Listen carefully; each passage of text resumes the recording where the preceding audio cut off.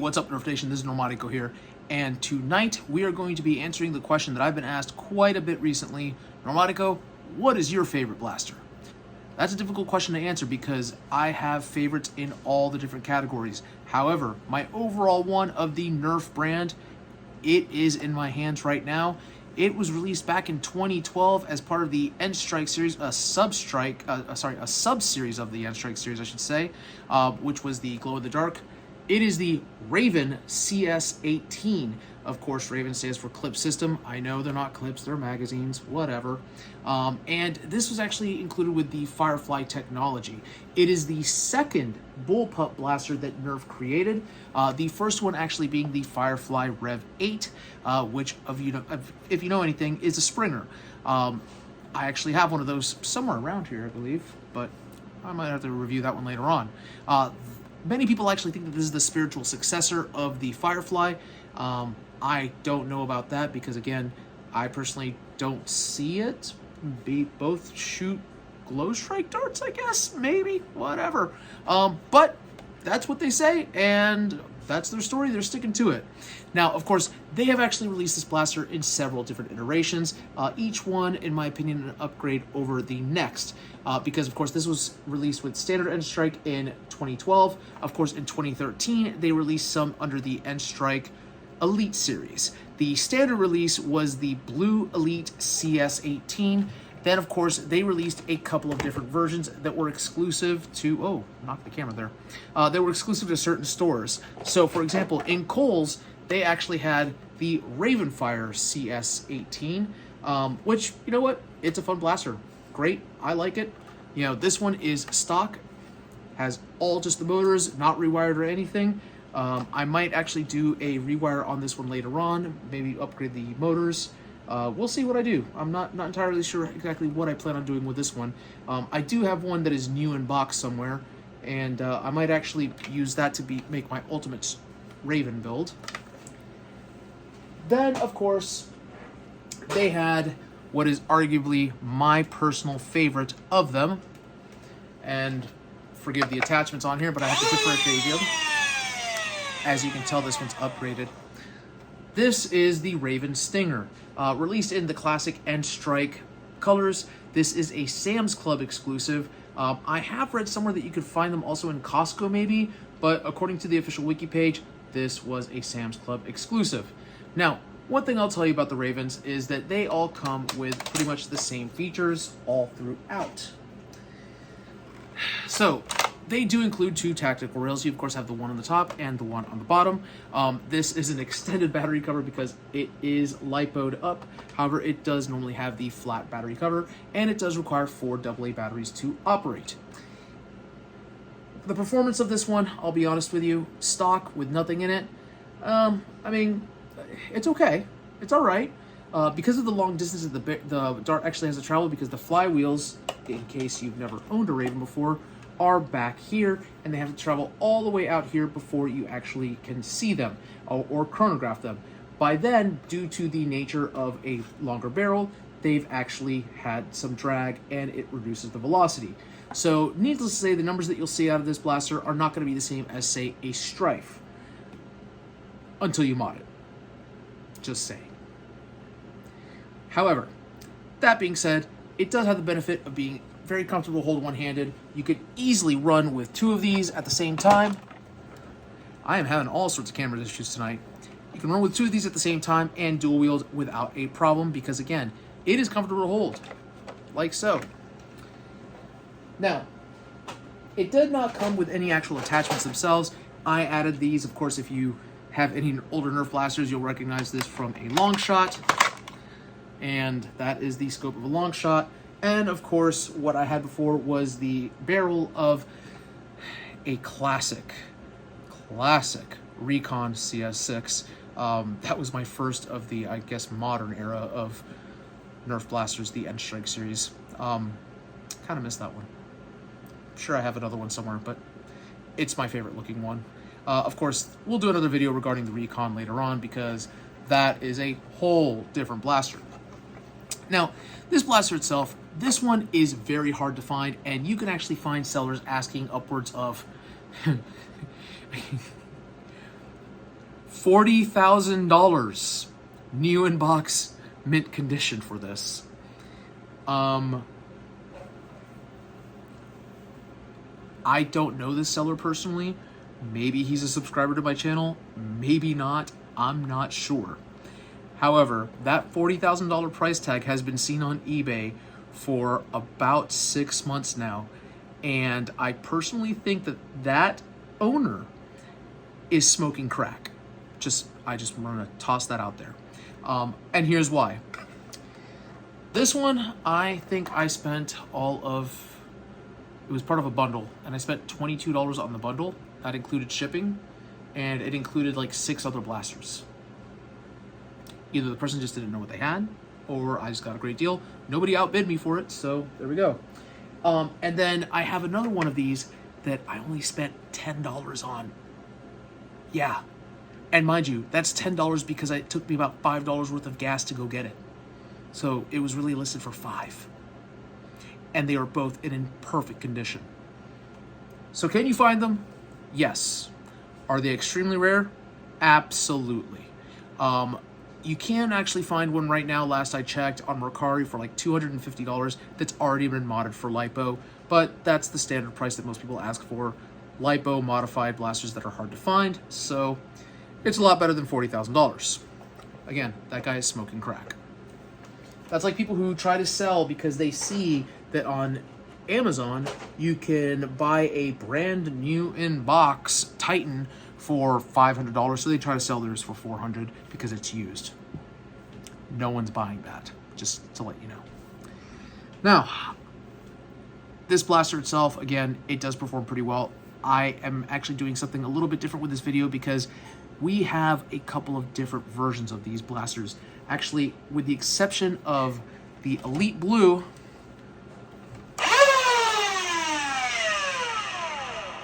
I really got to take the batteries out of this. This one's actually also lipoed as well, and this one has a nickname. It is called Son of Riptide. Why is it called Son of Riptide?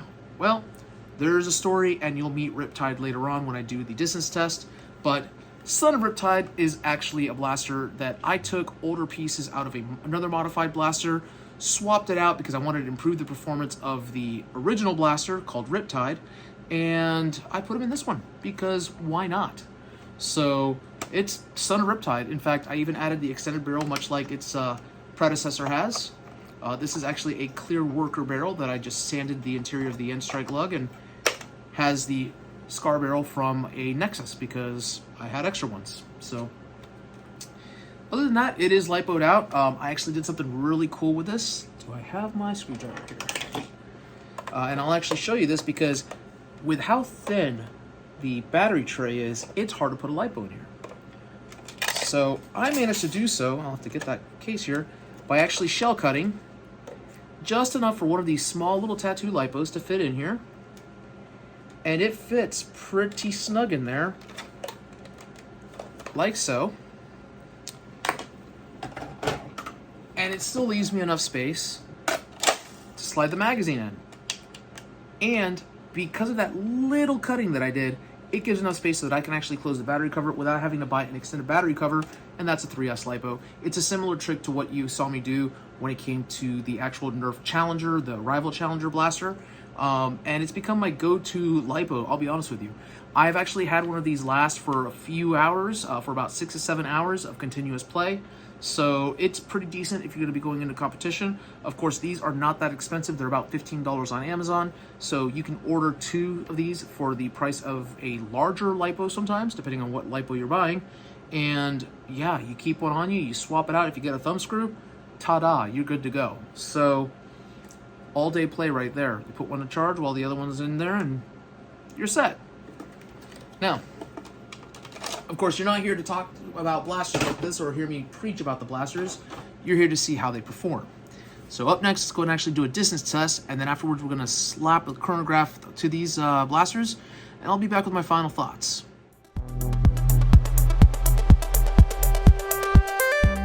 All right, so we finally have a sunny day out here in Ohio where it is not freezing, and you know what? It is great. Maybe the springtime weather will last. Haha, very funny. It's not going to because it's Ohio.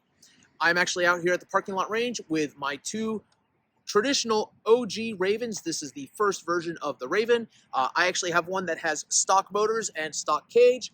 This just has been rewired for an IMR. I got this one secondhand off of Goodwill.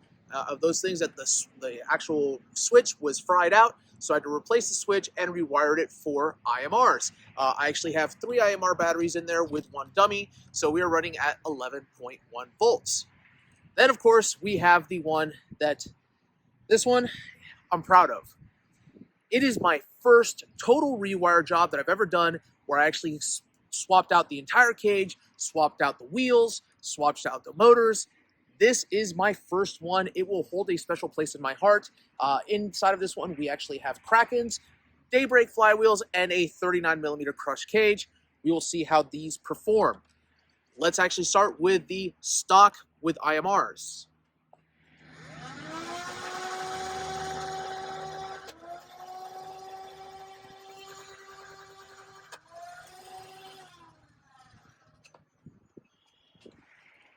So with IMR batteries, it is pretty decent. We are actually now going to go ahead and change this up and load it with the super stock setup.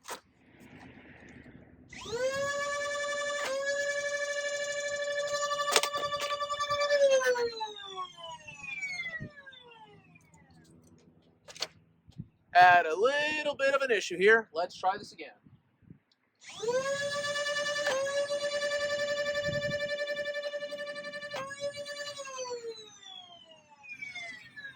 We'll go ahead and recover those darts. This might take a little bit, and we'll be back with the next set of Ravens.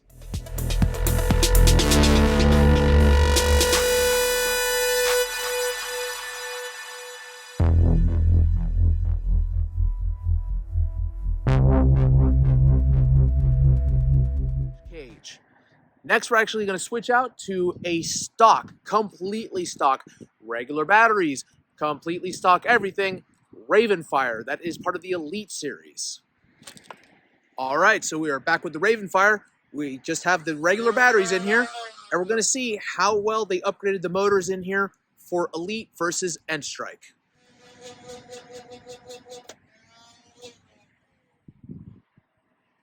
Let me do a quick dart recovery. I'll be back with those numbers.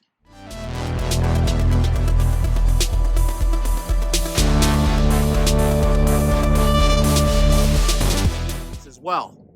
Of course, I do have another one of these that I'm going to be creating my ultimate Rayven build with later on. But next, we are going to go to the next iteration of the Rayven. Of course, this one was after the next one that comes up, but that being said, the next two are all modified, but in different ways. We're going to be looking at the Rayven Stinger, personally my favorite looking of all the Ravens. Okay, so the Rayven Stingers, of course, you see that I have End Strike attachments on here, mainly because of the fact that way I can differentiate which ones are which on the wall without having to put batteries in them and turn them on. This one actually is HVZ friendly. This one is closer to a super stock. This has a containment crew cage that's an open flywheel concept, which is a 42mm crush cage, and it has the containment Inferno flywheels, so not quite my normal setup. But it is still HVZ friendly. This one has I want to say a 40mm crush cage with an out of darts Kepler flywheels, and this one has fangs, this one has Krakens. Let's see how they perform. Let's go and actually start with the HVZ friendly one. I'm going to remove the barrels now. That way we can actually get true readings on what the stock blaster shoots like when it's not with all these barrel attachments.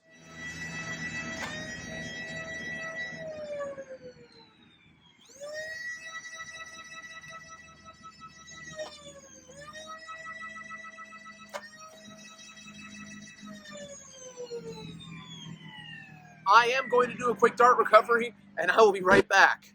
One of them went pretty far.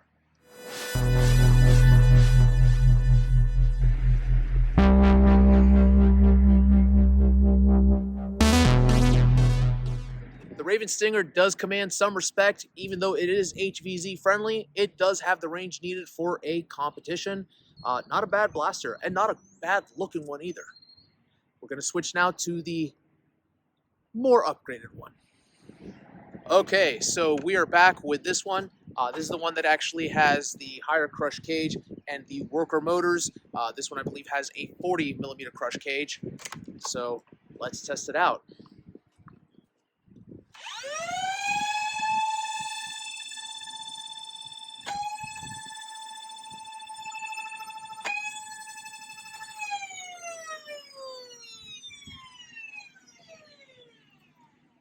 Time to go take a walk.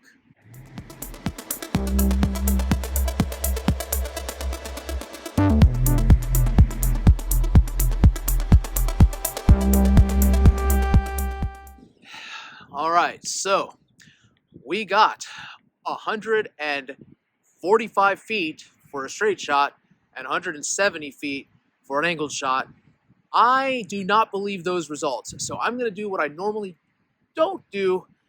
I'm actually going to retest the straight shot because I think I might have accidentally shot that at an angle, and I want to give you honest numbers. So bear with me one more time. We're going to try this one straight one more time. Again, I'm using elite darts, so maybe they were honest. Maybe it was angled. Who knows? Elite darts are crazy. Teaches me to use elite darts for a distance test instead of chili darts, I guess.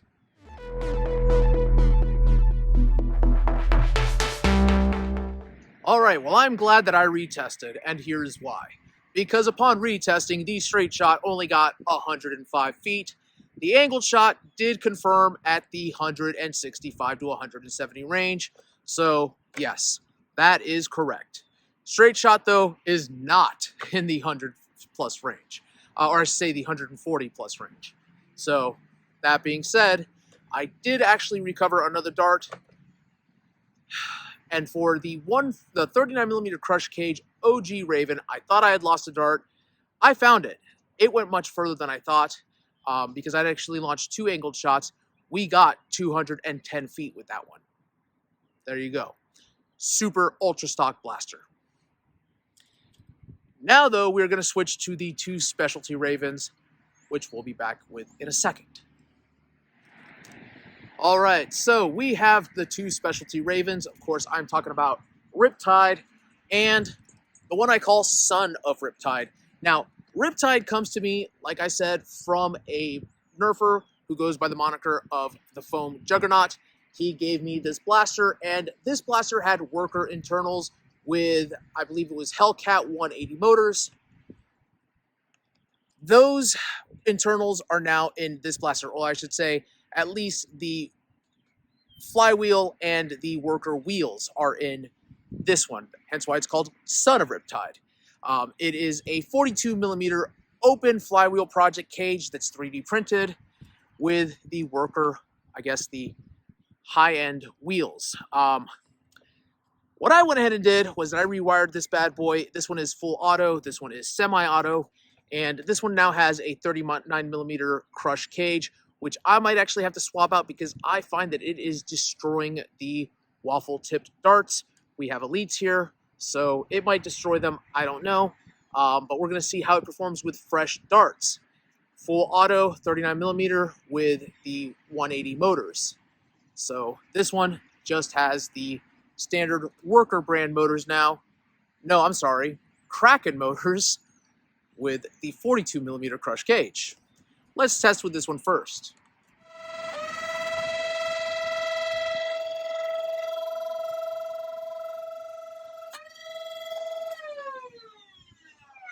I'm gonna do the dart recovery. We'll be right back.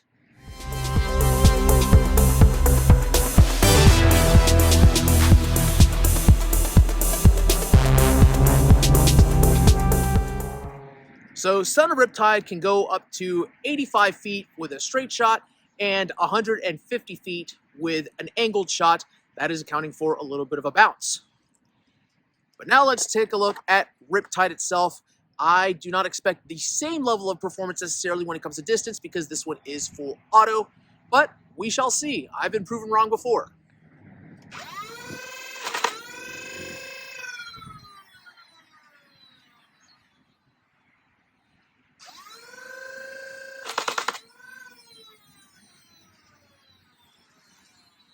Let's take a look at how far this blaster shot.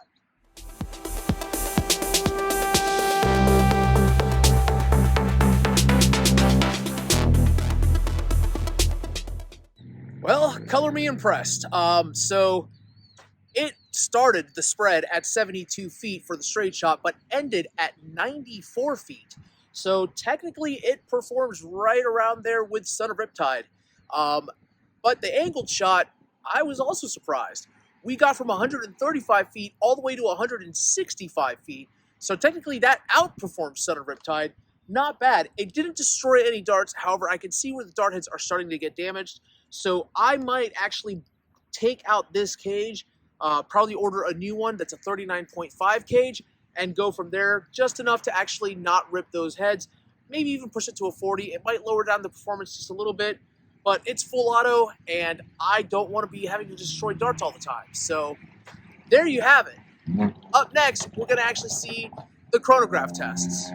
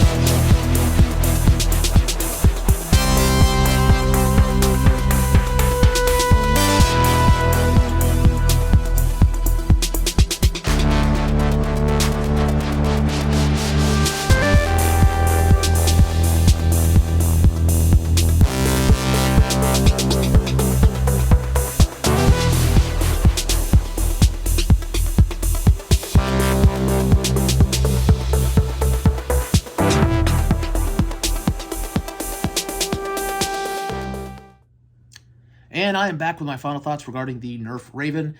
You know what? Like I said, it is my favorite blaster, and I don't know if there's ever going to be a blaster that replaces this one on the top of my list. You know, the Strife is really good. I actually have built a full auto Strife, which is really fun. But I'll be honest with you, I just love the form factor of this. I am actually going to be making an ultimate Rayven build here soon, maybe getting one with a band blaster's cage. Then actually there is one that I actually got the 3D print design from Etsy, the Crocuta, which is actually going to have the standard Kraken motors that I have. Cracker motors, oh my gosh. Kraken motors. Anyways, Kraken motors that actually lead into a booster with low keys and some pulsar flywheels. So I'm expecting that should actually boost me into the 200 FPS range. But we'll see. It's one of those things that I have the 3D printed pieces. I just got to get the hardware to actually assemble it and go from there. You know what?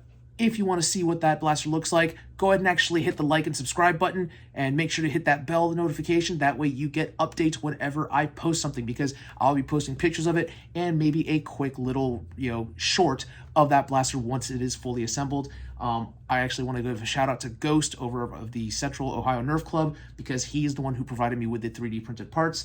I bought the file, and yeah, hopefully that blaster, when it comes out, is pretty amazing.